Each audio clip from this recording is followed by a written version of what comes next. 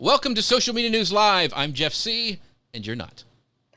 I'm Grace Duffy, and this is the show that keeps you up to date on what's happening in the world of social media. Our show is brought to you by our friends over at Restream. You too can create your own fully branded, completely professional live videos, just like you're watching right here. And you can even do it for free. You can get started for free. It is free forever. We also have paid accounts, but go ahead, check it out. You can find out more at socialmedianewslive.com/restream. And today we are joined by Dan Carson, and we're going to be talking about the expansion of YouTube Shorts to more audiences and creators around the world. We're also going to explore how you can incorporate Shorts into your video content strategy, how to make the most of YouTube's extensive library of videos and music for creating Shorts. Can you or can you not? We'll talk about that. And we're going to find out why Shorts is being called the biggest opportunity for YouTube creators or YouTube wannabes in the past 5 years. We mentioned Restream earlier, but I also want to do a big shout out to our friends over at Ecamm. You can find out more about them at socialmedianewslive.com/Ecamm. They're the ones that make the show look and work as amazing as it is. So go check them out at socialmedianewslive.com/Ecamm. So if you don't know Dan Carson, well, we're going to introduce him to you because Dan is the host of the the Tube Talk podcast and executive producer at vidIQ. He got his start on YouTube in August of 2011, recording gameplay videos as a fun hobby while attending school for video production. So he joined the vidIQ team in 2020 and it allowed Dan to combine his hobby and professional talents to now help others grow their own YouTube channels. And he's here to help you do the same. Dan, thank you so much and welcome to the show. Thank you so much for having me. I'm really, really excited to get into this. Yeah, so Grace, take it away because I know you had some questions for Dan. So this is really good. Yeah, well, I want to know more about vidIQ. Can you give us a quick intro about it and what it is and what it does? Sure, yeah. vidIQ is actually a whole suite of tools that you can use on YouTube. You can start for free as well, so you can install the software. And at first, it could be a little bit, whoa, there's a whole bunch of stuff on my YouTube channel that wasn't there before. It'll be a little overwhelming, but we do have, it becomes pretty self-explanatory, and we also have a number of tutorials and guides over on our YouTube channel, which doubles as a YouTube education space as well. So we're kind of tackling YouTube at all these different angles, and it's really exciting. Awesome. Cool. Awesome. So let's talk a little bit about growing a YouTube channel in 2021, because this past year has seen an explosion in video content, on all platforms. It's particularly live video content, and everything seems to have changed with the pandemic going on and all this stuff. And so one of the things is YouTube recently partnered with these top CMOs from leading brands like General Motors, Nestle, and they partnered with these, popular creators on YouTube. So, and YouTube called them masters of their own brand and command audience attention around the world. So they had them tackle the problem of finding unique and innovative ways to connect with new customers and address their kind of needs that they have. So it was a new series on YouTube Advertisers channel. So in your experience, Dan, what does it take to build and keep an engaged audience of viewers in 2021? So what should content creators take into account? What should businesses be aware of? Because, I know that's a lot to say right there, but what is your thoughts in 2021? What do creators need to do? Creators at large, when it comes to businesses and things like that, I'm sure the game is a little more complicated because they're definitely trying to sell a product. Creators at large, it kind of comes down to keeping people engaged, right? You need, and it's so vague when people say that. Oh, you gotta keep people engaged. Like, what does that even mean? And it's kind of, to me, about becoming a better storyteller. And I don't want to jump the gun here, but Shorts is such a cool thing because it forces you to tell a story, and you have less than a minute to do it. And I think that's why it's taking off so well. I think that's why TikTok does so well, because the creator needs to be hyper aware of every second, every frame of footage, because at any point you can just pick up your phone and swipe to the next one. It's that easy. So right. Keeping your audience engaged is just everything, no matter who you are, no matter what vertical you're using. Okay, we're going to talk about that because I already have questions going around my brain. But Grace, let's go into the first section of this news because I know we're going to talk about shorts in depth in a bit. But go ahead and break this news down that happened last week. Absolutely. Well, we found out last week that YouTube Shorts is now rolling out globally. It is available to 100 countries around the world. When it first rolled out, it was only available to 20, US, UK, and a handful of other countries were the ones involved. It's still currently in beta. And as a quick recap, Shorts is YouTube's TikTok competitor, right? So it's short, catchy videos, completely focused on being mobile. They're up to 60 seconds long, as Dan mentioned here, with multi-segment camera, and it's only available on mobile. So now it's rolling out to a bunch of new countries, and they're also saying that they're going to be including a new range of features, including the ability to sample other YouTube videos, which we'll talk a little bit more about in a minute here. And then they're also exploring new ways to offer quick links from Shorts over to YouTube, as as they've been taking samples of that. So Dan, I wanted to talk to you about how do you integrate Shorts into a content marketing strategy, particularly for a brand. You and I both work for video companies, right? Or companies, the technology companies, and we're both exploring Shorts. So tell us how other companies can take advantage of Shorts for their content marketing strategy. I got to say, I think if you're a brand, your best bet is to get into influencer marketing and get somebody who knows this industry to help you out, because at vidIQ we've experimented with shorts ourselves, right? And we've tried them on our main channel, our vidIQ YouTube channel. We've tried them on their own vidIQ Shorts channel, and it's been exceptionally hard to get them any traction because we're still coming at it from the perspective of YouTube educators, right? So that's what our product does. It helps people grow their channel by giving you all these metrics. And then we, as the creators, help people with not only using the tool, but showing them just through examples and stuff in videos. And doing that in a short is really hard. And I think that's because people watch these videos and expect snappy edits, a lot of laughs, or something kind of mind-blowing like, oh my gosh, I'm going to use like life hacks, like I'm going to use that. That's awesome. And brands, they sell tools to people who can use them that solve problems.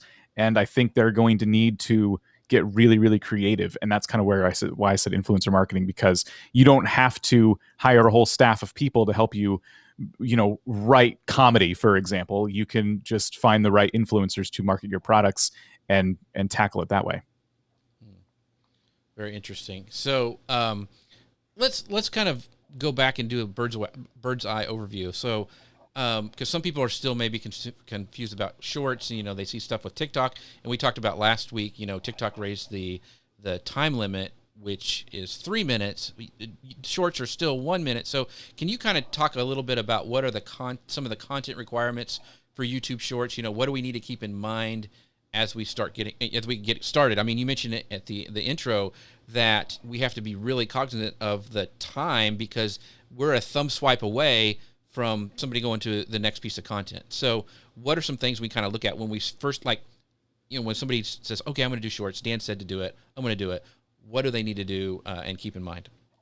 So what the heck is a YouTube short? How do I even make one? So the way it works is a short is a video on YouTube that is vertical or square. You can have them all the way out to square, which is great. But basically 1920 by 1080 would be like a normal 1080p video. You have to flip that. It needs to be 1080 by 1920. And the easiest way to do it is to use your phone and just record a vertical video, as you probably are already doing out there in the world when you go to the zoo or something. So the other restriction there is you also need to make sure it's less than less than a minute. So basically 59 seconds. I've seen the timestamp on YouTube for shorts go up to exactly 1 minute. But for some reason, when you upload one, it adds a second. I think it rounds up every time. Right. So I say 59 seconds. And so square or vertical has to be a minute or under. And those are the two big ones. A lot of people are concerned about hashtag shorts. You need to put that in the title or description. YouTube themselves have said you don't need to, but it helps. And the reason it helps is because YouTube's creating this whole thing. It's called a pivot page. And if you were to just literally in YouTube search type hashtag shorts, you could click on this pivot page and it'll show you every video with that hashtag. And maybe it helps you rank faster because of that. I don't think so, because when Shorts first came out and they didn't really announce it yet, a whole bunch of older, less than a minute vertical videos were just getting a ton of views. It was just spiking overnight, and none of them said hashtag Shorts because they didn't make them back in the day of YouTube Shorts. And the last thing I'm going to mention is that the Shorts camera, and one of the things we'll talk about today is how Shorts have gone global now, and what that means is everybody has access to the Shorts camera in their phone. That only lets you record, unless something's changed, I think up to 15 seconds. And I take that as a sign that YouTube, they give you a minute, but they kind of want you to keep it even shorter, and that's probably for your benefit. Gotcha. So real quick, so can I create short? I'm asking for the audience, but can I create Shorts only on my mobile, or can I do a really produced, almost a minute one on my create a Premiere and then upload it on my desktop? I mean, I know we've talked a lot about it's mobile, it's for mobile, but is that the only place to consume it and create it? No, you can totally use a video editing software. It depends on your video editing software. We've seen a lot of people come to us and say, I can't get my editing software to help me make a vertical video. I know Premiere has a really easy setting in there that you can use. Perhaps Final Cut, more advanced video editors. But as long as you can get your video to output in either a vertical or square format, you can make it through anything. I mean, this is why gaming on YouTube Shorts has blown up the way it has, because people in the Minecraft community and places like that just jumped all over it. And yeah, as long as, again, the video's under a minute long and it's in that format, have at. Gotcha. So can I only consume it on a mobile? So is it only for when I create a short, am I forgetting about the rest of my audience on YouTube? And explain a little bit what the short shelf is, I guess, is a lot of people call it that. Sure. Yeah. So that's a great question. The YouTube Shorts shelf, I'll start there, is a thing you'll only see on mobile. And you've probably noticed it since this has been rolling out. When you're scrolling through your feed, your home feed, there will be this new shelf, basically a bunch of videos that are in a row, and you can actually swipe, over to see them kind of keep going. It's instead of swiping down to see the rest of the videos. And you can click on any of those, and it kind of, once you do, you've kind of entered a funnel, and it'll just, as you swipe up, you can just keep watching Shorts all day long. Also on mobile, there's a button now they've added at the bottom called Shorts. And if you click that, that also gets you into the shelf, and it just shows you what it thinks you'll want to see, and that's all. Mobile consumption is where Shorts are optimized. That said, just because you upload a short doesn't mean it can't be seen on desktop YouTube. It can. It's just, I would like to think YouTube is not pushing those, because I see them less and less and less. I think when videos fit that format, and I have very specific viewing habits, so I might just not be getting them recommended to me, but they're not going to be something that pop up in your recommendations, in my opinion. It's going to be, you have to seek them out, which is why you wouldn't necessarily make a short for search. You're kind of appealing to a whole different audience on YouTube. I think that is a huge thing right there. What you just said is that it's not for search. So go ahead, Grace. That was a question that we had, is do you need to do SEO for Shorts? That was a question from Anise Eric Balls earlier today. So you're right. It does affect your viewing habits, because I tend to encounter YouTube on my desktop. I work on my desktop all day long. That's where I'm watching it. I have to not force myself, but I have to intentionally go on mobile to look at Shorts. So I have a video production question for you, Dan. Well, let's have him answer that question from that okay. Sorry. Yeah, because I think let's go ahead and go there, because I think that's really important.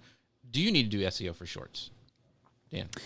You should very much keep in mind your title, but that's about it. I mean, the description is something you'd have to click into to actually see. There's still tags, but as we know, tags are getting less and less and less relevant.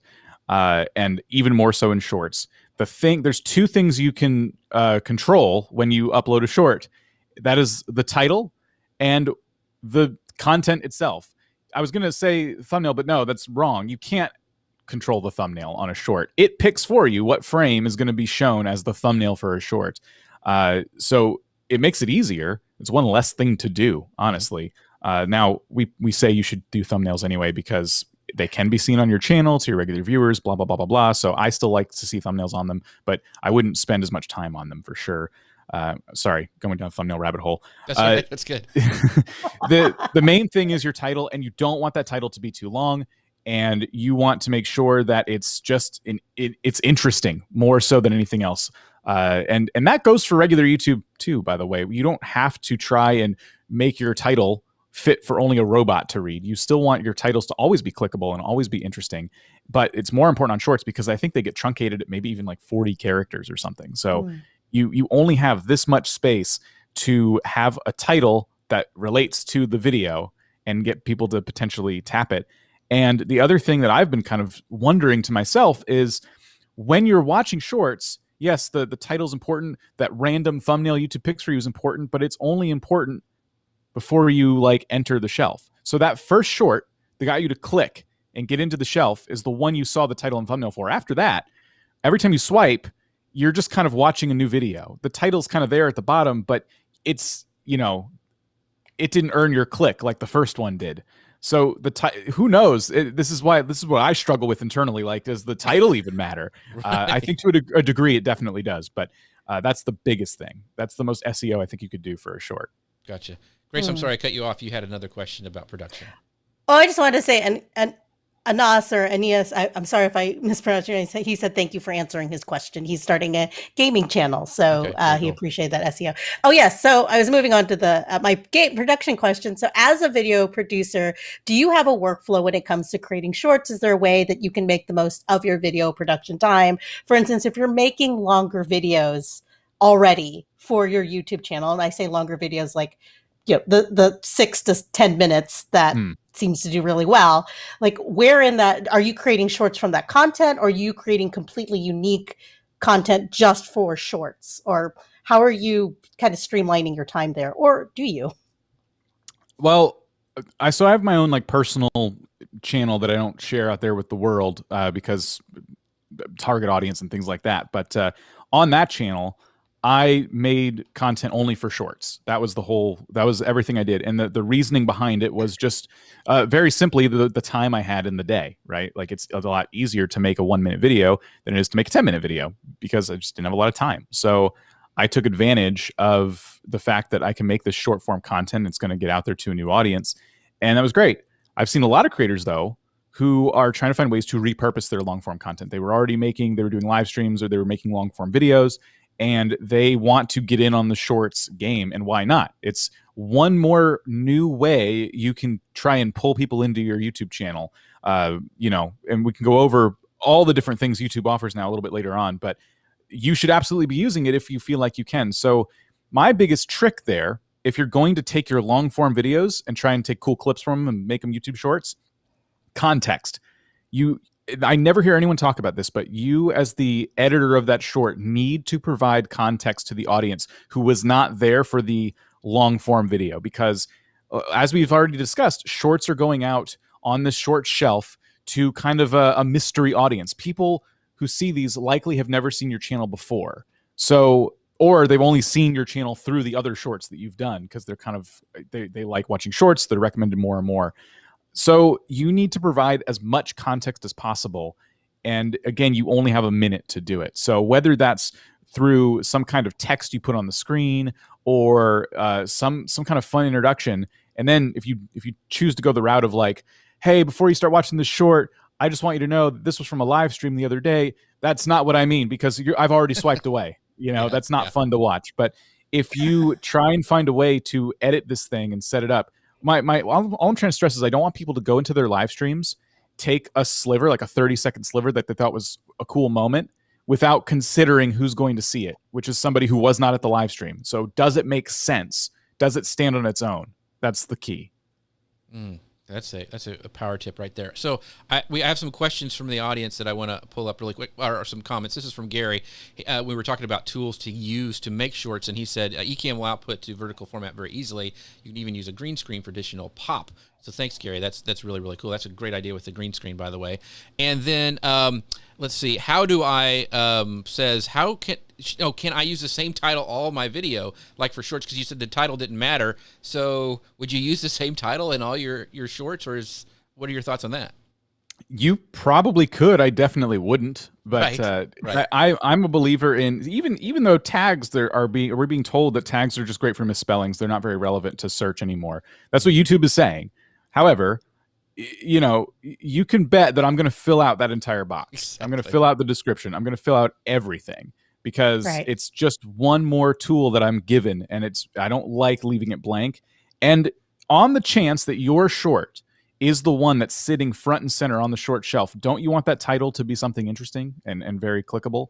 I would, and the title is still viewable. It's not like it's invisible. People see it at the bottom of the video as they're watching. So Mhm. if they're like, what the heck am I watching right now? You want that to be there. So I wouldn't use the same title. And who knows? The shorts is still new. It's going to all the Yeah. things we've said today in a year from now could be completely irrelevant because they're going to keep updating it. It's going to keep changing. For all we know, there's going to be a short shelf on desktop one day. So be aware of all these things in the ever-changing landscape of YouTube and take full advantage of all the different tools YouTube gives you to promote your content. So, Right. so I guess we haven't really asked this question. And, other than that, YouTube Shorts is really cool and TikTok video is really cool. Why should we use it? What's the end game? Why? Just because YouTube is saying that we should? Is that why we should create Shorts content?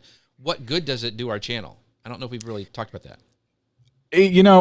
It's not going to be for everybody. I kind of touched on this a little while ago, but vidIQ, as we tried, it was something we kind of abandoned because it was taking up more of our time to make this content and get it out there, and it wasn't performing. We got a lot of signals from YouTube that basically told us like, okay, the type of content we're making isn't going to work on the shelf. So what we're going to do is revisit this at a later date, and we'll see. It's not going to be for everybody, and that's okay. I would say that the community tab, which you unlock at 1,000 subscribers, is something everyone should use. However, some people just don't want to. They don't want to make image posts and stuff and have yet another social media feed to keep up with. So if you can use it, if you're interested in it, then yes, absolutely. If it's something that you feel like, oh gosh, a chore, a thing I have to do now, I'm already doing enough, then don't bother, because the most important thing about your YouTube channel is you got to watch out for your mental health. Going into making all this content, a lot goes into that. And if shorts is going to be the thing that pushes you over the edge and you're like, with YouTube, I just can't, then you're not, you might only be hurting yourself then trying to, force it into your strategy. Gotcha. So I know you said you're running experiments at vidIQ and you put it aside, which is totally understandable if it's not working, right? If it's not working, it's not working. But would you be able to tell us what type of content you think does resonate on shorts? Like what, maybe not the educational how-to content that your company focuses on or my company focuses on, but what other stuff is out there that is resonating, that is working?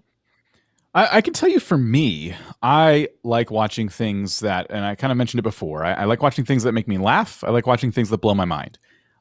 However, I'm seeing more and more people in the education space too try and figure this out. And there's a couple examples out there that I think of people doing this well. There's a channel out there. They're called Alpha Gaming. They give a lot of YouTube advice. It's catered to the gaming community. And Harris Heller runs that channel, and he likes to repurpose a lot of his clips from like streams where he's chatting with his audience and answering questions into YouTube Shorts. And I find myself, when those are recommended to me, actually listening to those. And it's kind of the way he tells the story. There's context there. I didn't have to be at the stream, and it's the way he presents the information, the way he tells the story. And it just something about kind of the magic there is he's able to pull me in. There's a hook there.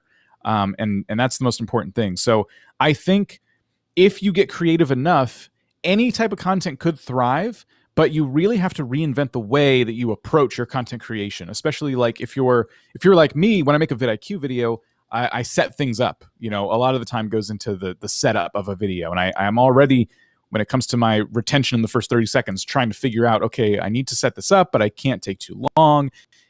And going into shorts, when we first started, when this was early days, we kind of just made a shorter version of a vidIQ video, right? And then we started to get a little more goofy with things. And the videos that did the best actually were when Rob Wilson, the main host on our vidIQ YouTube channel, he decided to show off his YouTube play buttons that sit above his shelf, some behind the scenes. And those did exceptionally well. and it just kind of like proved to us, this is what Shorts is for when it comes to our audience. It's for more interesting things, more conversational things, rather than, hey, like in today's very quick 1-minute YouTube lesson, I'm going to teach you how to get 1,000 subscribers. People are more willing to sit down for a 10-minute lesson on that. So we don't even need to be making that content. So it's all about what's going to catch people's interest. I know it was kind of rambly, but I hope no. Answered your question. That's what we wanted. That's great. So yeah, man, I've got so many things brewing in my my head here. So, one of the things is, Shorts, they had, it just seemed like a logical thing, especially because of the rise of TikTok. But Shorts has a couple features that, we can take advantage of. So one of them is that it's got this advantage of they have an extensive library of content, which TikTok doesn't have anymore. And in fact, now when you create a video, it has that little ticker if like you don't want it to share for somebody to use it, like to use for their shorts or something like that.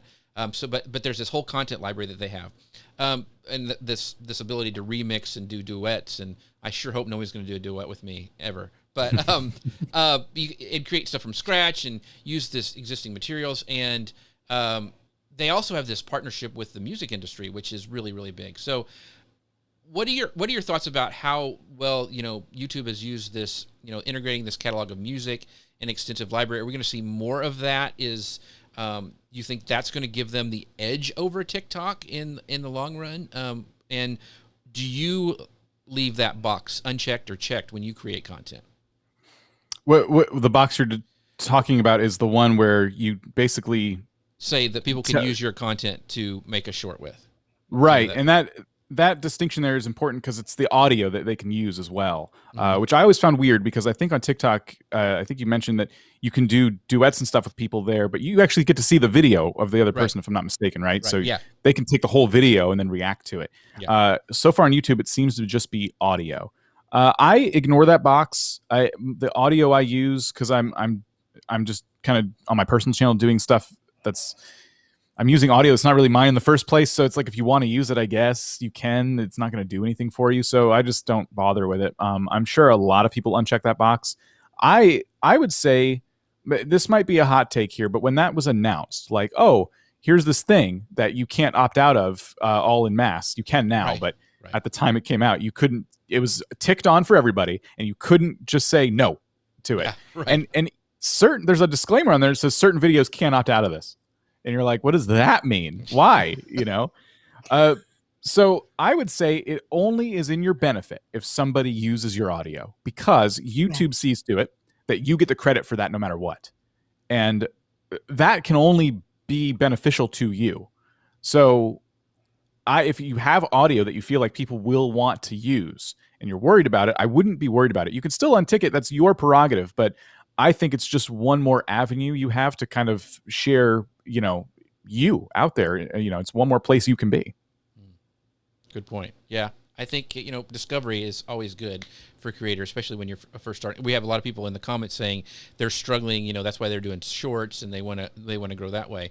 One of the things that I think is really interesting, in late June, we learned that YouTube had set aside $100 million to pay short form creators to make shorts. And so according to Bloomberg reported that thanks to shorts, nobodies are once again rapidly becoming somebodies on YouTube, which is a little condescending, but whatever. And it's also been called the biggest opportunity for YouTube creators or YouTube wannabes in the past 5 years. So one of the examples they used was British teen and magician Dan Rhodes. He embraced shorts in early 2021, and within 2 weeks, his YouTube subscribers jumped from 17,000 to over 1 million. So YouTube is looking to encourage more of this. So other than Dan Rhodes, and you mentioned a couple, a gaming channel that you like to watch, is there anybody else we should be watching for like how-tos? Like, okay, Dan, you go like, this guy you need to watch because he's doing it right. And maybe not, I know gaming's popular anyway, but maybe some ones that you like are kind of out there, like a British magician that just took off. That was actually there. I don't know if we were talking about the same person. Sorry? Did I steal the person? Well, I was going to say that might be the person I was going to mention, because there's somebody, I don't know if it's the same person, but I'm looking at my phone now if I seem distracted. He makes these shorts where everything's extreme, right? It's like extreme cleaning and stuff. He runs around his house. I think it's Daniel something. I do apologize. Maybe I'll pull it up in a minute, but sure. He's someone I've been like watching quite a bit because the content's just hilarious. The creators, I know you told me not to do this, but I'm going to go into the gaming bucket for a minute. That's good. That's good. That's just where I live, you know. Right? Yeah. It's okay. We all live where we live. It's fine. The couple creators I've actually gotten to talk to as well. Jake Fellman, he's an animator, and got his start on shorts by animating Among Us in his own style. So everything is like custom animated, and he made these ridiculously, simple shorts, that really, really short, like 8 seconds, and, very, very watchable, very addictive, and all done in his own style. Blew up, millions and millions of views, subscribers, everything. And after Among Us and the trend in that game started to kind of go down, he tried to figure out what to do, pivoted to Minecraft. And same thing, animated Minecraft characters in his own way and put them in really short form scenarios, and, it's thriving. The other creator that I've gotten a chance to speak to is Block Facts, another Minecraft creator. If you don't know anything about Minecraft, it's a game where you build with blocks. And so Block Facts gives you facts about those blocks in every short video. Oh, cool. So consistent in every single way, these videos. So they'll all start out exactly the same, uses the same music, and has the same like tone and personality in every video. It's always a bunch of facts about different blocks, and every video is 27 seconds long. I asked him why. He said he saw someone else doing it and thought maybe I'll just make them all 27 seconds. So it just kind of, it worked. So well over 1 million subscribers now, and has done so well he's been able to pivot to long form videos now. So these are people whose channels were nothing. Sounded very rude the way I said that. Whose channels were at zero though, and they got into YouTube Shorts, and here they are today at millions of subscribers. Now, Grace, I know you have a question, but I wanted to ask this really quick because you mentioned it earlier, Dan, that you have a Shorts channel.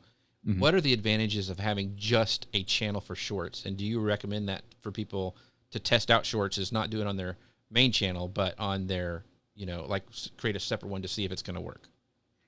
Yeah, we get this question a lot, and I've gone back and forth. I used to say, why not put them on your main channel? Because if you're going to get a bunch of people who've never seen your content before to jump in on your main channel and have the potential to get recommended both your shorts and your long form content, then yeah, they should be on your main channel. But it comes with so many caveats and so many it depends, right? So if you're going to make shorts about fixing cars, but you have a channel where you travel, maybe there's a little bit of overlap there, right? Like you travel in a car, but you like to make these short form videos about, fixing simple problems on your car. That might constitute another channel, because the people looking for that content are people who are car enthusiasts, people who maybe have a problem with their car. I kind of should have swapped it. The travel shorts would be way more interesting than the mechanic. So that wouldn't really work. Anyway, you'd want those two things on different channels. But if you're a travel channel and you make these long form vlogs of you out in the world, you could do a lot with shorts. And there's, to me, in my opinion, no reason those can't be on your main channel. But what it does, the reason people are so nervous about this is because people subscribe to shorts, and it seems like they do so a lot faster than they subscribe from a long form video. And then a lot of them tend not to come back. It's this phenomenon that's been happening since shorts came out. And it seems that subscribers from shorts just are not as sticky as the ones that, come from the long form content. So it kind of takes your metrics and makes them look screwy to you. Like, okay, I have 1,000 new subscribers on my channel, but I'm not getting any more views on my long form videos than I really ever did, maybe a couple. So what's going on there? Maybe I should have started a new channel. And the thing I tell people is, like, it's okay. Those metrics look screwy, but it doesn't mean your channel is now messed up in some way. It's just they don't look as clean, the metrics, but Gotcha. It's okay. So it's all, I should have just I could sum this up by saying it's all personal preference. At the end of the day, Okay. I always stress channel focus. If you're going to do a gaming channel, but you want to do vlog shorts, it doesn't make any sense to have those in the same place. But that would be the case if you had a gaming channel and you were trying to make long form videos of you fixing your car on the same channel. Wouldn't really work. Gotcha. Hmm. Makes perfect sense. So it sounds like if someone is trying to use shorts to draw people into your long form content, that isn't going to work so well as your long form content getting people interested in your shorts, right? Did I hear that right? And this is again, I know it's going to sound, people are going to be like, this guy contradicts himself constantly, but we've seen BlockFax is a great example here because, as I said, he's making long form videos now, and there's a very specific key as to why he was able to do that, right? So got all these subscribers, he's getting consistent views on all his shorts, and then somewhere along the line, BlockFax realized, hey, the scale is tipped here because your metrics tell you everything. So usually when you upload a short, especially when you're a smaller channel, you get no views on it. And you go a whole day, no views. And for some reason, it just takes a while for YouTube to finally test that video to an audience and put it out there on the short shelf. And so YouTube tells you, hey, congrats, you have 1,000 views from the shorts feed. It tells you specifically where those views came from. What BlockFax noticed is that after a while, he was getting views very quickly when he put out a short, and they were coming from browse. They weren't coming from shorts. And it's kind of like, that's interesting. And what's funny is that him and I kind of talked about this after, like, you know, when he told me that, I'm like, you know, it's funny. I noticed the same thing because I had my shorts channel and I noticed I'm getting views from browse now. My shorts don't take a whole day to get views anymore. That's weird. And then they got another boost once they finally did hit the shelf. And I looked into it and it seemed like the browse feature views were returning viewers. Those are people who've watched my content before. And so I tested a long form video and lo and behold, thousands of views. This was a channel that didn't exist until like January, right? And it was solely for shorts. And I managed to get thousands of views on a video without having to rely on the short shelf at all. BlockFax did the same thing. And now his long form videos, which are now like 10 minutes long, are getting over 1 million views, you know, just the same amount of views he was getting on his shorts. So the key there is that if your shorts content is like so consistent and you're really, really, really focused, you can bring people over to the long form videos if they're going to feel like they're still watching the same person do the same thing. So BlockFax's long form videos are still 10 minutes, but they're still BlockFax. It's the same. It's the same thing. It uses similar music. It's, you know, hey, this is the blah, blah, blah, and I'm going to give you a bunch of facts about it. And, you know, it's the same content, just longer. So while your metrics might look screwy, if you're uploading shorts and you're getting subscribers and they're not coming back for your long form videos, that might be because YouTube is actually trying to recommend your long form videos to them, but there's something about it that's off. They're not seeing, again, I'm going off of something that happened to me and one other person. So, right, you know, just keep that in mind. But they're seeing, YouTube is trying and the audience is seeing that and going, I don't know who that is. And they're not clicking on it.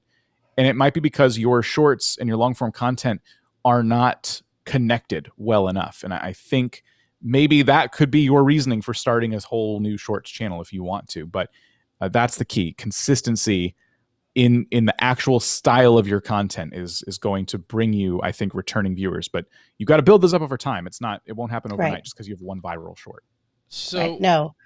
On that point, this is a great question. So one more thing, my short video impressions is only 150, but I'm getting 3K views. How is that possible? Is that what you're talking about? Like the metrics are messed up, that something like that is happening?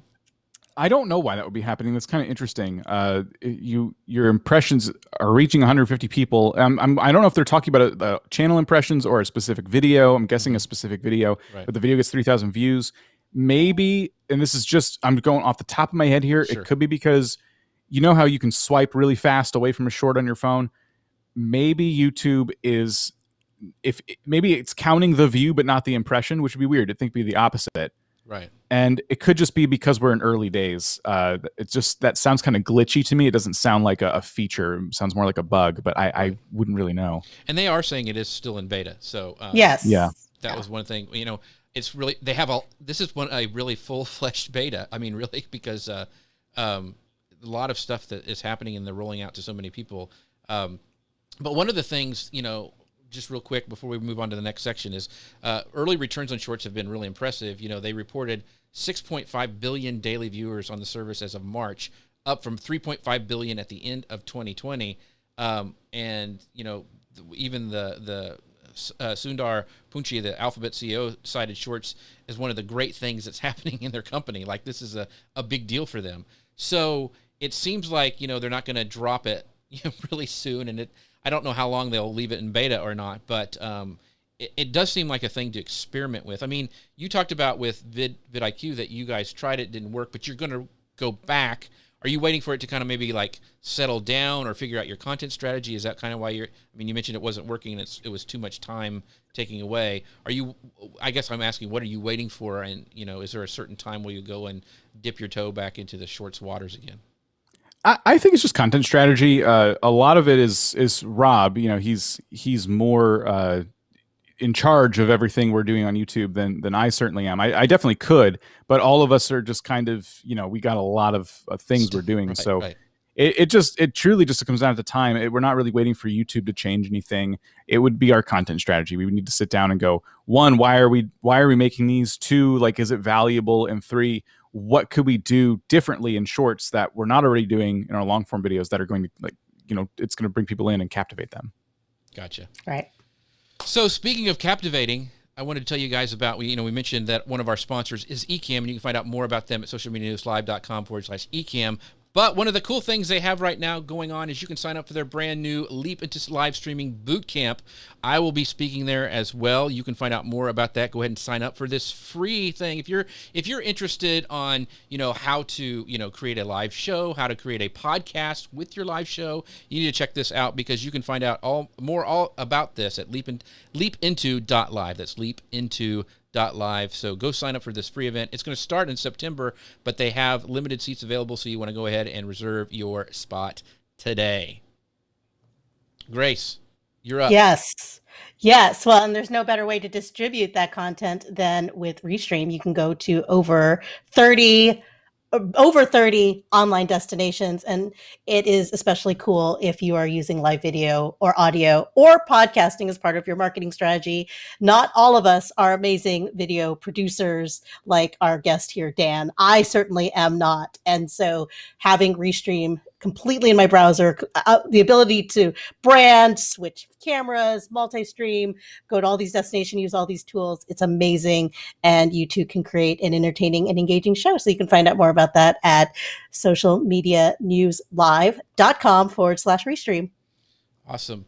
And go ahead and take us away because we've talked a lot about shorts. That was like our first segment. We haven't even got to the rest of them yet. So we're going to have to pick up the pace a little bit. But this is really cool too, this new news. So let's talk about this Twitch style stuff that they're doing over in YouTube.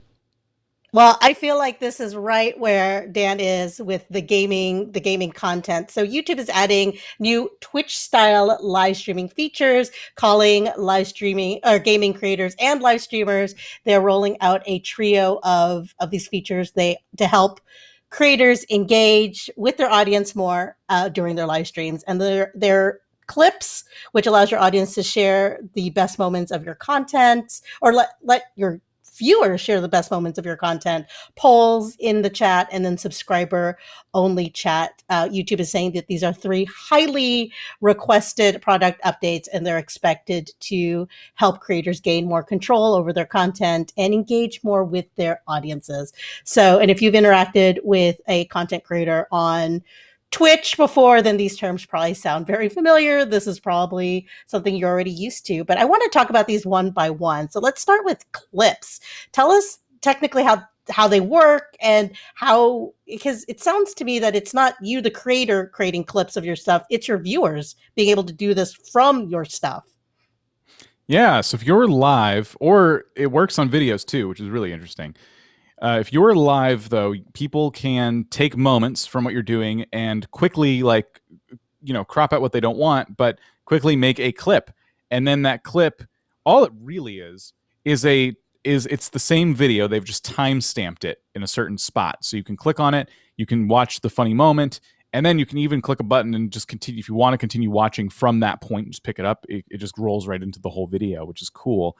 The way Twitch does it is when you make a clip, it basically generates a video file. So your audience makes a clip of a funny moment, and the advantage to this is you can then share it on other social media platforms.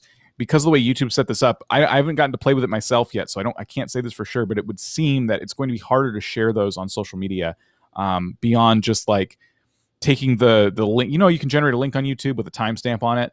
Mhm. I kind of feel like that's how it would be if you were to share a clip on like Twitter, for example. But we'll just have to see. It's been rolling out really slowly. That's the one of the new features. It's the one I don't have access to yet, which is very frustrating, especially as somebody who streams games in their free time. So I hope I get that soon. Right. But I've been looking forward to that one more than anything. It's so cool. Gotcha. So that's good that you said that, because DZ Studio said its clips are not available on my channel. And so when they roll it out, is it just a gradual rollout until everybody gets it? I mean, you've done through some of these rollouts before. How long does it usually take changes to hit everybody? It can take weeks, months. I mean, because there's a period where it's kind of in beta and stuff, and they say we've only given this to specific channels, and then you start to watch more and more channels, and you realize the beta's kind of over. Like there's a channel I usually watch on a regular basis that streams games, and suddenly one day I saw the clip button there, but I still don't have it. So it's a much bigger channel than my own, and that's probably why I'm guessing they're rolling it out in waves to the biggest channels down to the smallest. But yeah, it could be months, and I'm sure YouTube loves getting all the comments about that. I'm sure they do. So so for this clips feature, I can see the benefit for like promos and stuff, but how do you control someone taking something you do or say out of context with clips? I mean, I can see, somebody making fun of somebody else and, it going viral, and then you have some issues with that. Is there any way to control it? I would say there's no way to control it even without clips, because anyone can record your screen and take you out of context. There's now AI tools that can do that, deep fakes, things like that. Right. I think I don't think YouTube's even really concerned about it. But speaking to how it works on Twitch, I can say that you have control. You can delete clips.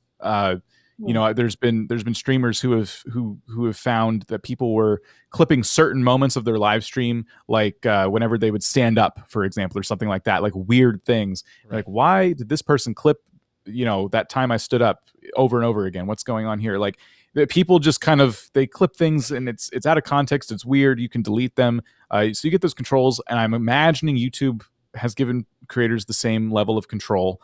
Mm-hmm. But yeah, as far as taking things out of context, I think that's just going to be a wider problem at large, no matter where you are, unfortunately. Very That's true. Well, moving on to live polls in chat. I know it lets streamers create and manage live polls in their streams and premieres. That's something new. And the example offered in the announcement was that, if you're playing a game, you can ask your audience what is your next real-time decision that you can make within this game. But what are some other fun and interesting ways that you can use these these live polls in chat? So far, it's just been a lot of fun to see the interaction. What I've noticed is I could launch a poll, and 10 minutes later, the poll can have more votes than I have live concurrent viewers. So it represents people just going in and out of your stream the whole time, right? Like you could have 100 viewers, and then your poll, is 150 votes, and you're like, what? Mm-hmm. So, and you realize it's been up for about 10 minutes, and 50 people must have cycled out of my thing. So it's interesting from a metric standpoint in that way. And yeah, it can be.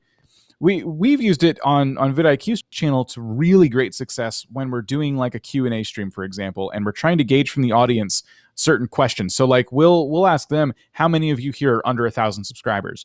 And just getting that answer by realizing that half your audience is there and they're under 1,000 subscribers, you can shift the whole conversation and say, wow, okay, so half of you are under that threshold, and like a quarter of you just got over that threshold. Cool. Like, here's how we can move this conversation now. So it's great for those things. It creates that next level of engagement. I haven't seen any metrics on polls though, like other than the poll itself. It says this many people voted and here's how they voted, but that's really all we get. So I don't think this is something, again, you have to use, like you're missing out on some major YouTube feature that's going to grow your live stream, but it's engaging, and it's one more way to keep people from leaving your live stream, in my opinion.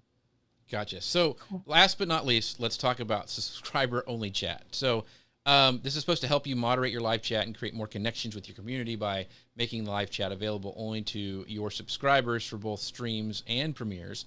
And it gives the creators that ability to choose how long people must be subscribed for, so they can't just, jump in the conversation. So why is this important? Why only subscribers? Like, what's the thought process behind limiting this chat feature? Is this just to get people to subscribe, or is there another reason? I was surprised to see this feature pop up. I wasn't aware YouTube was even thinking about doing this. We had members only chat, and we've had that on sites like Twitch too, right? And a member subscriber, for anyone who doesn't know, a member is somebody who can like pay. They're just supporting your channel. Mm-hmm. They're a paying member. They get emotes. They get whatever you give them.